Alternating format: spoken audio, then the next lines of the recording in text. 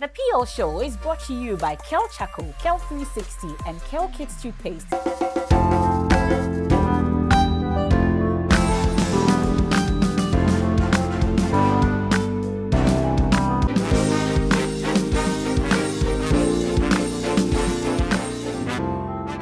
Today we are bringing you a lot of sweet things. Just say, if you're just joining us, you're right in time. You're welcome to the Kel Toothpaste PL Show, brought to you by the Kel Toothpaste brands, Kel Kids, Kel Charcoal, and Kel 360. Kel Happy Smile. My makeup is by Cover GH. Experts in beauty. I'm Keminni Amanor.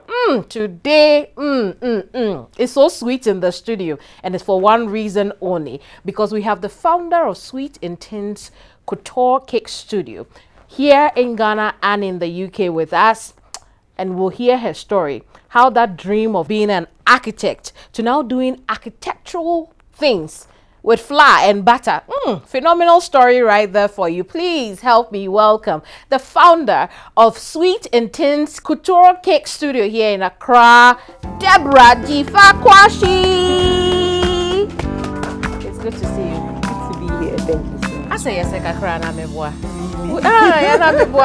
Hey! It's true. It's good to meet someone who looks like me, and you are so gorgeous. Thank you so much. You too. In fact, it looks like today. No, what mama is saying? Oh no. Usually I'm here, but then what mama is saying? Please take a seat. Thank you. And I'm sure would start the conversation from all the way top. Okay. But perhaps. Did you bring me cake? Hey, you didn't bring me cake. I'll bring you No, some. then we can't have the conversation. If I don't drink my water because you didn't bring me cake. I'll bring you cake. We'll be right back for the conversation. Don't go away.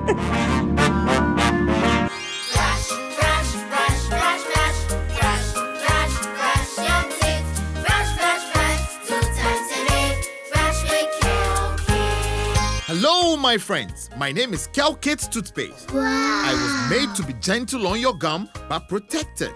I will protect your teeth from cavity, make your teeth whiter, stronger, keep your mouth fresh all day. And best of all, I'm strawberry flavored. So put on a smile and try me. That's amazing. Just try me. That's my job. If you say so, jump on my brush.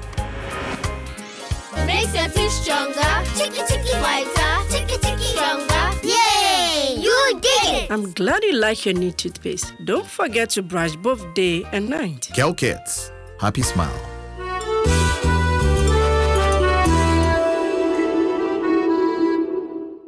Welcome back. It's still the Kel PL show here on this channel. I'm Keminni Amanor, and in the studio with me is the gorgeous founder of Sweetintins Cake Studio, both in the UK and here in Ghana, Deborah Dzifa. Once again, you're welcome. Thank you so much. Sweetintins, why? Where did that name come from? Well, once again, thank you for having me. The name Sweetintins came from a class project actually I had while I was in England. I was doing my master's, and we had an e-commerce class where we had to come up with an online business, and everybody had to create a business based on their interests and hobbies. And at the time, I mean, I've always baked. Most of my friends know from the time I was in primary school, I've always baked. And so I thought, naturally, cakes. So then I decided to do an online bakery for my case study. And then I was just looking for a name that was quintessentially Ghanaian. I thought Sweetintins. Oh, I see. And I wanted a name that sort of Ghanaians could identify with in the UK, but that British people would also understand. We'll be curious about it. Yes, so cakes are sweet and they are baked in tins. So sweet. How come I didn't? I only thought about it in the Ghanaian sense. We don't really say thin, we say tins. So yes. Sweetintins. Sweet in tins. Oh my goodness, that's so smart. Yeah. Wow. and that explanation just blew my mind, because I didn't think of it. And you were right? Yeah. Because as a Ghanaian, I thought of it in the Ghanaian sense. Exactly. And then somebody else would Amazing, amazing. But you said you've been baking since you were in primary school. Where did that love for baking come from? My mom. Ah. My mom is a doctor, but she's always baked. And she told me that her grandmom also used to bake. Her mother also used to bake. But all the women in my mother's side of the family had careers in the corporate world, but then used to be great homemakers. So they used to bake bread in the morning for their family. And that's how my mom raised us, and used to bake rock buns in the morning. So I grew up around baked goods in the morning, and so like it was part of me, and so I've always baked, like from as young as I can remember. I see. We'll come back to the business of Sweetintins, but let's stay with your childhood. I read you're well traveled. Yeah. Talk to us about growing up. What was it like?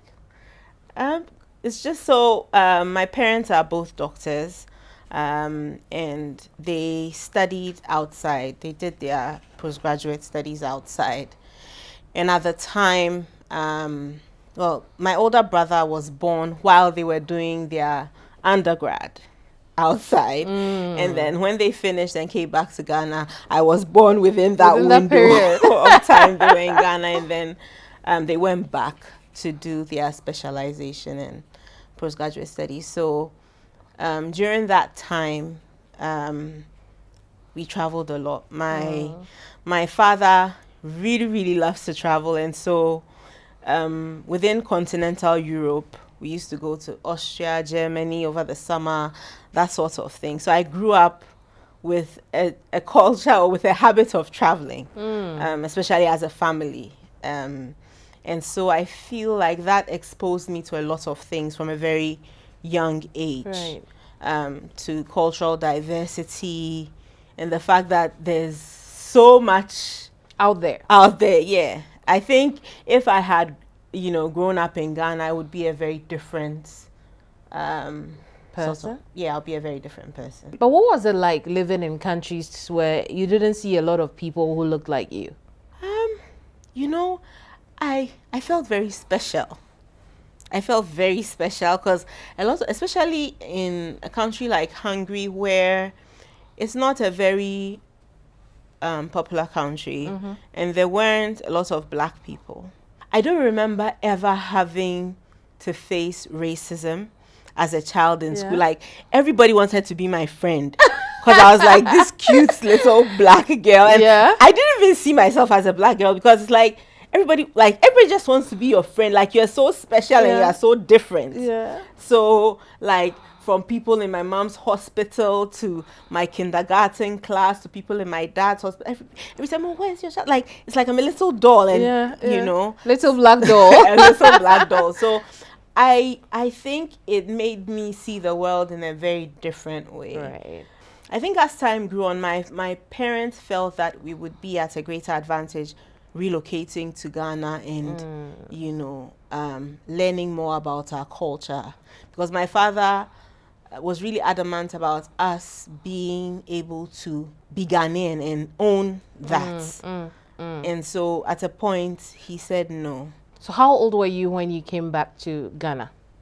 I was about 10. What was that experience like? Well, what do you remember from then? It was just such a culture shock. I remember, like, I have an uncle who is a lecturer at the University of Ghana, and he always like teases me anytime he sees me. Even now, he says, the first day I came to Ghana, I said, my parents went somewhere and they left us, and then I started crying. I said, where's my daddy? Where's my mommy? I hear they kill people in Ghana. Don't leave me alone. I want my mommy and my dad. And like, I was just so scared. So, I mean, do you still speak any of the languages? I speak Hungarian, yeah. Amazing. You kept it? Yeah. Because my parents are friends with the Hungarian community in Ghana. Well, how about school when you came back? Which schools did you go to? What was adjusting in school like? I started school in Kotoka, okay. Primary school in Bema Camp. And then my brother's friend actually was changing schools to Soul Clinic. And so he was telling my brother about this nice school in Cantonment. And my brother was telling my mom that no, he wants to change schools. He wants to move from Kotoka to Soul Clinic. And then my mother was like, but like most school, like we grew up with the mentality like in England, schools are the same. It's a public school. But then my parents decided to go to Soknik to see what the fuss was about. And then they were like, oh, actually, we prefer this school. So then they moved us, both of you, to Soul Clinic. So primary school, JSS, Soul Clinic. And then secondary school, I went to Achimota School. I was in Kingsley House. And then from there, I went to the University of Ghana to study political science and information studies, and then did my national service, and then I went to Coventry University to do an MSc. Okay, you had dreams of, doing architecture or becoming an architect. Yeah. But then when you had the opportunity to go to the university, you did political science and a few other courses. Yeah. Why? What changed? My dad. Okay. So, my parents, for the most part, never sort of gave us any pressure to study medicine. Not as far as I remember. My brother did science in secondary school, but him being 4 years my senior, I realized that maybe then, because I was too young, I didn't realize that my parents aspired for him to take after them as the firstborn, to do medicine. Yeah. When it was time for me I finished Ashimosa School, I did well. My dad wanted me to go to the business school. Okay. To study business admin. At that point, I had absolutely no interest in business administration. So I told my dad that I'm really not interested. I wanted to study architecture in tech because my brother was studying civil engineering in tech. And so I thought, oh, that would be so amazing. Yeah. And then my mother was like, do you know how long architects go to school for? It's to go to school for 6-7 years. And that's the doctor who's gone to school for 6-7 years. And she was like, no. When will you get married? When will you have children? No. You can't become an architect. And so I was like, so what do you want me to do? It was like anything but architecture. So then I thought about it. And I was like, well, I love to travel. So I could become a career diplomat if I do political science. So then I was like, okay, that's my compromise. And my father explained to me in a way that a first degree is like a calling card. It just tells, it just gives you a basic sort of entry into the job market. It is what you do your master's in and whatever you choose to do from there that will give you more of a direction. So he was like, let's just compromise. Do the political science. You can decide to, do your master's in something else moving forward. And I think that sense of not necessarily being pressured to study medicine because they are doctors, but also them sort of guiding me really helped. Let's take a look at your life in pictures from when you were younger to where you are today. This is the C2 segment.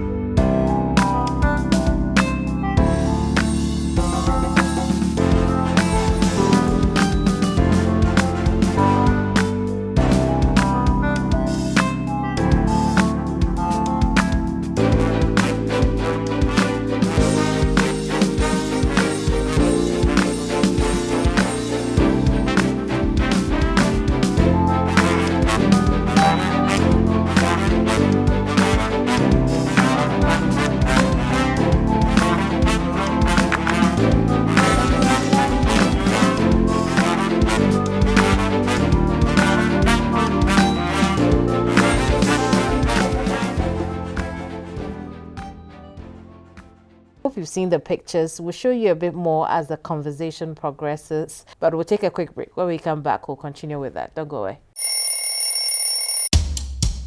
Anti-cavity, gum protection, brighter teeth, and fresh breath. I'm a missy way. The patch of Bantama. Matias.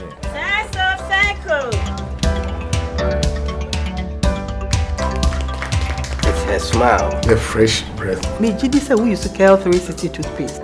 Some kind. Kel 360 toothpaste. Gaskia, Kel 360 toothpaste.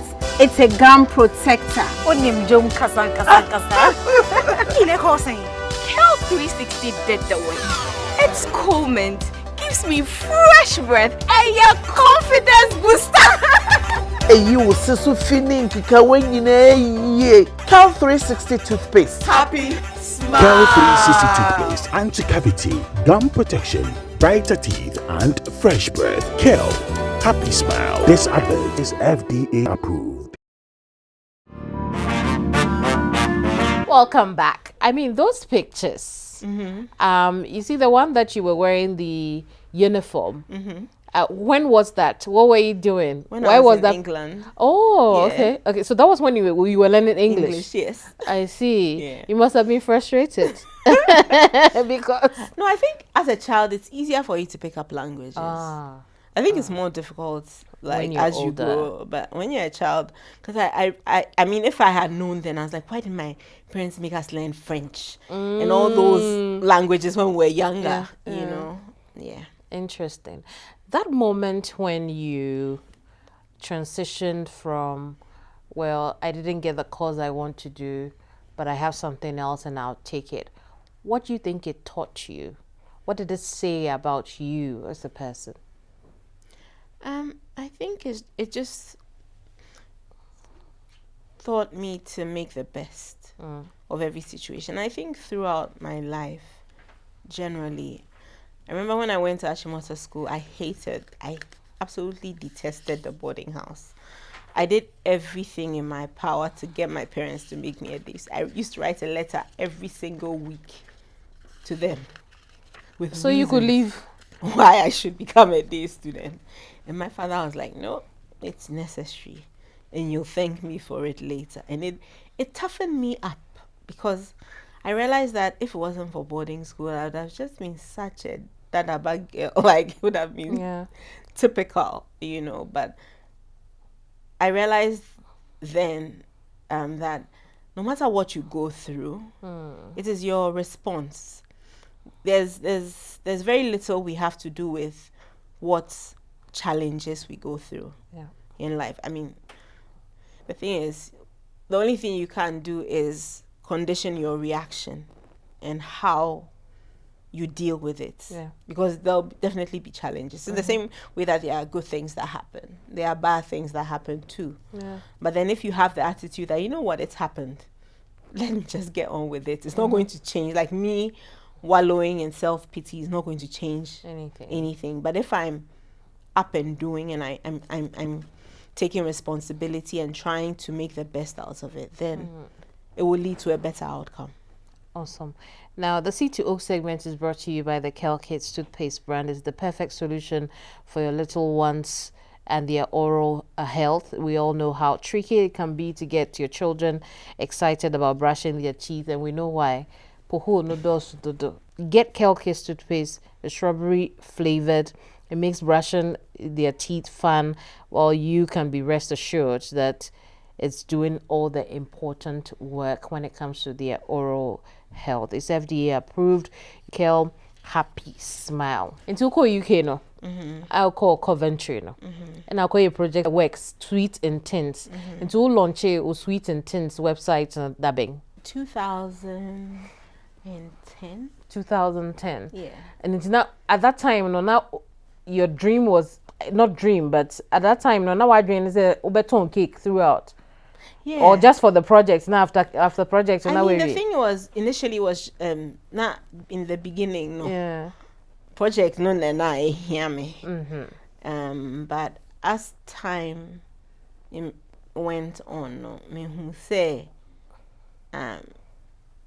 like cake na ewa broche enye Ghana cake type maybe okay. Madam for back home kojo na no so free Ghana na ne birthday eba na say Dzifa me pe cake o pa broche ha cake ye ko Tesco ye ko baby a cake na nye de na ko yi iti o say oh ma figure na papa just say, oh, me a cake. Oh, Mini say, oh, me say, me a cake, pa. And I say, and bet me I a birthday cake, mama. Me say, okay. Me a birthday cake, no. And I a birthday party, me a cake, no. And I a classmates, about 20 students. It was a mixture. Indians, Brits, Ghanaians, Nigerians. There were lots of Nigerians in our class. Inti omo buy no say. Omo tasty cake. Omo say cake we different. One na like him no to cake no free here. I say Dzifa no cake no. And I'll be say you can bake. I say oh yeah. And then like the response was so amazing. And then Kojo sat me down. Kojo was like, Dzifa bra, you can't business. It was me way as your side hustle, as business. So that's how it actually started. Kojo designed a website. And then he was like, so same. So from your first client to business partner. Yeah. So he bought the domain name, sweetintins.co.uk. And then literally that's how we started. So what are some of the business challenges that you've had making or baking? Supply. I think supply has been one of the biggest challenges, especially with the sort of cakes I do. Okay. So one of the things that I started making from scratch recently was vanilla extracts, because I realized that I used to initially import it from Costco, like buy it in Costco and bring it. But now, because the global prices of vanilla have gone through the roof, they've stopped stocking it. And so I realized on one of my sourcing trips, I went to the spice souk in Dubai, and the trader, I usually like to talk to the traders because you can pick their brain and they have the most fascinating stories. So I was speaking to a trader and he was like, why don't you make your own extracts? And so he was showing me how to come up with different extracts. On that sourcing trip, he encouraged me to make my own. So I started making my own vanilla extracts.